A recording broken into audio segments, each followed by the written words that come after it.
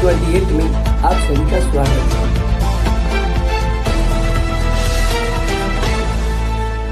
बनारस घराने से निकल करके सितारा देवी कथक को पूरी दुनिया में नाम दी। उनकी पुत्री जयंती माला कल न्यूज़ 28 के स्टूडियो में आई और सितारा देवी के साथ साथ अपने बारे में बहुत कुछ बातें बताई।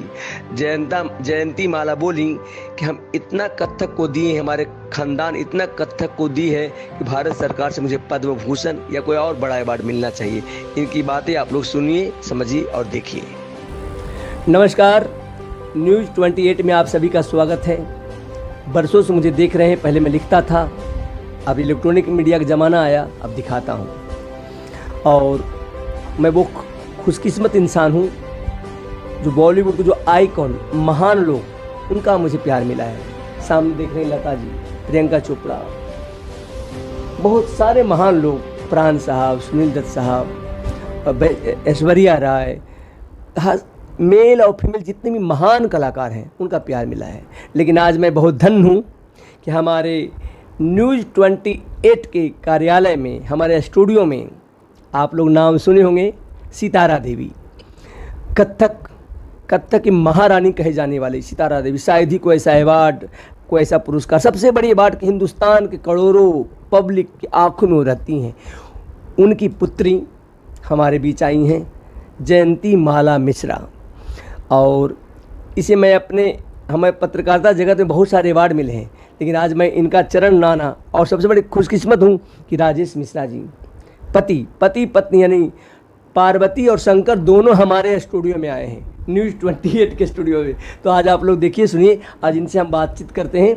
और हम अपने चैनल के सौजन्य से महाराष्ट्र गवर्नमेंट, भारत सरकार से कहना चाहेंगे कि आप चमचागिरी बंद करें और जो जिनुअल हैं, जो असली कलाकार हैं, सोचिए बनारस घराने से हैं, उनको एक बेहतरीन अवार्ड दीजिए। ये मेरा निजी मामला है जी।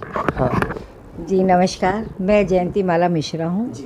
और मैं सुखदेव महाराज बनारस घराने की 10वीं पीढ़ी हूँ। वाह वाह वाह वाह। और मैं सितारा देवी की बेटी तो हुई, मगर उनकी गंडाबंद शागिर्द हूँ। और उनसे मैंने सितारा देवी की नृत्य परंपरा जो है वो मैंने सीखी भी और करती भी जा रही हूँ, सिखाती भी जा रही हूँ। और ऐसा हमारे देश का कोई ऐसा शहर, ऐसा गांव, ऐसा कस्बा नहीं होगा जहाँ मैंने कथक नृत्य न किया हो। और इसके अलावा भारत के बाहर भी जाके मैं पूरी दुनिया में अपने भारत का ये संस्कृति जो क्लासिकल कथक नृत्य है उसका प्रदर्शन करती हूँ। बाहर में किस किस देश में गए हैं? मैं London, America, Paris, Canada, Japan, Hong Kong, Germany नहीं जा पाई, और पाकिस्तान नहीं जा पाई हूँ, और चाइना नहीं जा पाई। आप सितारा देवी की पुत्री हैं, यही बहुत बड़ा अवार्ड है। हमारे दर्शक जानना चाहेंगे कि सितारा देवी के कुछ अनछुई बात बताएं जो हमारे लोग अब तक नहीं जानते, उनकी जो अपनी माँ की सितारा देवी। जी, वो जितना पब्लिक के सामने उन्होंने जितने भी नृत्य किए हैं, और नृत्यांगना के रूप में वो बहुत बड़ी हस्ती है।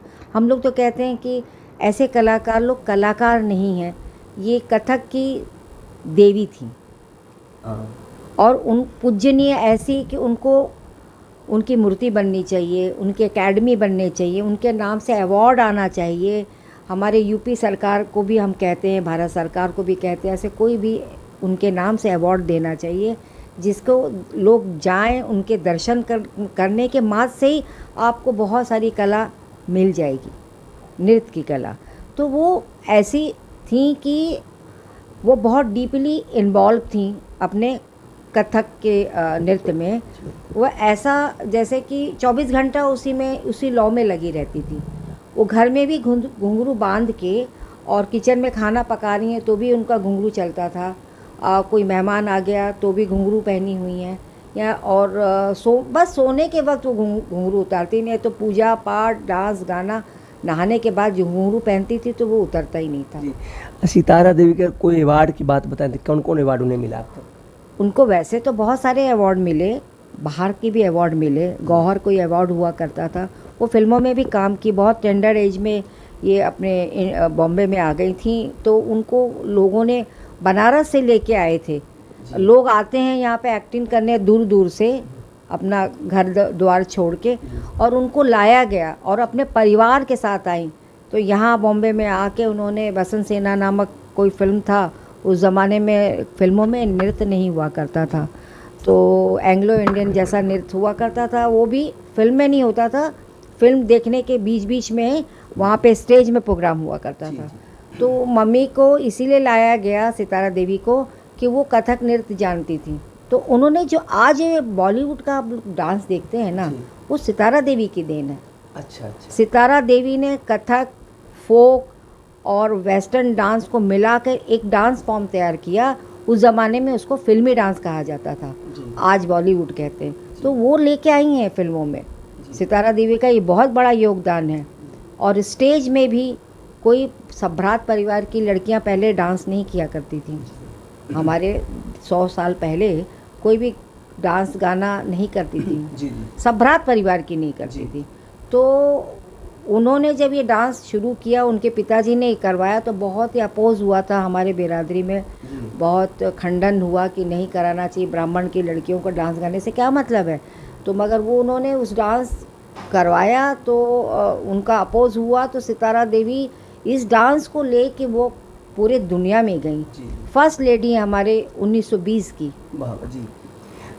हमारे दर्शक जानना चाहेंगे, बनारस की जब बात होती है तो शहनाई वादक बिस्मिल्लाह खां से आप लोग कुछ हैं, क्योंकि जैसे ही बनारस आता है तो बिस्मिल्लाह खां साहब का बहुत बड़ा याद आता है, जिन्होंने शहनाई, अपने भारत देश की शहनाई पूरी ब्रह्मांड में उन्होंने फैलाया।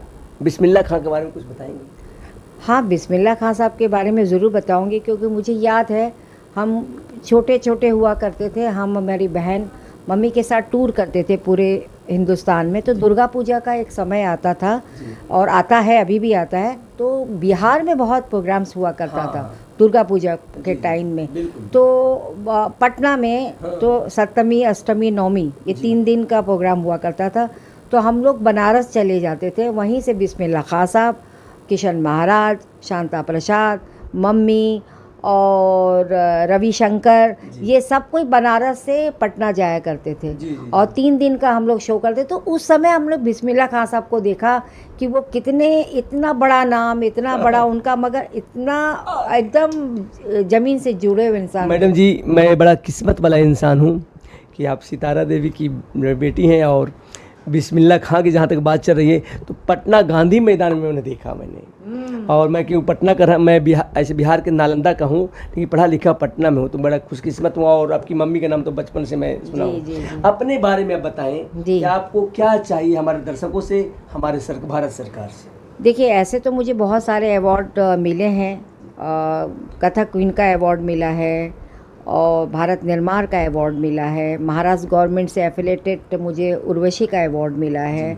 और अभी भी बहुत सारे अवार्ड मिलते ही रहते हैं, संस्थाएं मुझे देती ही रहती है। मेरा अनुरोध है कि मैंने अपना पूरा जीवन, कम से कम मैंने इसमें 55 साल से, पूरे खानदान, हाँ, मैं और मेरा पूरा खानदान, सितारा देवी, गोपी कृष्णा, और मैं, चौबे महाराज, सुखदेव महाराज, मैं 10वीं पीढ़ी हूँ। बनारस घराने सुखदेव महाराज की मैं 10वीं पीढ़ी हूँ। मेरी अभी बेटी 11वीं पीढ़ी है। तो मेरा इतना योगदान है, मैंने गांव-गांव, कस्बा हर जगह जाके मैंने नाचा भी है, वहाँ सिखाया भी है। और आज भी मैं ऐसा नृत्य सबको सिखा रही हूँ, बहुत फ्री में भी सिखाती हूँ, मैं बच्चों से पैसे नहीं लेती हूँ। तो जब मैं इतना सारा कुछ करती हूँ, तो मेरी कला को देखते हुए, मेरे डेडिकेशन को देखते हुए, तो मैं चाहती हूँ कि भारत सरकार मुझे पद्मश्री का अवार्ड दें। बहुत कम से हम अपने दर्शकों से, अपने महाराष्ट्र गवर्नमेंट, भारत सरकार से कहेंगे कि इनका आत्मा की जो आवाज़ है, हर कलाकार की एक आवाज़ होती है। इससे तो इनको पूरे देश भर, पूरी दुनिया के इन खानदान के तालियों का, दर्शकों का प्यार का अवार्ड मिल चुका है। लेकिन भारत सरकार से हमारा भी निजी रूप से विनती है कि इन्हें पद्मश्री मिलना चाहिए। और अंत में कुछ कहना चाहेंगे? अंत में यही कहना चाहूँगी कि आज के जनरेशन्स को कहना चाहूँगी, मेरे जनरेशन्स तो काम कर रहे हैं, और हमारे बुज़ुर्गों ने तो बहुत सारे काम के, उन्हीं की विरासत को लेके तो हम चल रहे हैं। तो मैं यही कहूँगी कि हमारा जो कल्चर है भारत का, ये बहुत ही रिच है, इस इतना बड़ा कल्चर किसी भी दुनिया में कहीं नहीं है। तो अपने कल्चर से जुड़े रहें और अपने कल्चर को बढ़ाएं, ज़्यादा में ज़्यादा अपनी संस्कृति को अपनाएं और जितना हो सके उतना ज़्यादा इसमें इन्वॉल्व हों और इस कला को, इस चीज़ों को लेके आगे बढ़ें। जी शुक्रिया। तो मैं अपने पत्रकारिता जीवन में तो एक पर एक महान लोगों से मिला हूँ, लेकिन आज भी मैं कृतज्ञ धन्य हो गया इनका इंटरव्यू करके। कैमरामैन बाबू मिस्त्री के साथ मैं संजीव कुमार पांडे, मुंबई।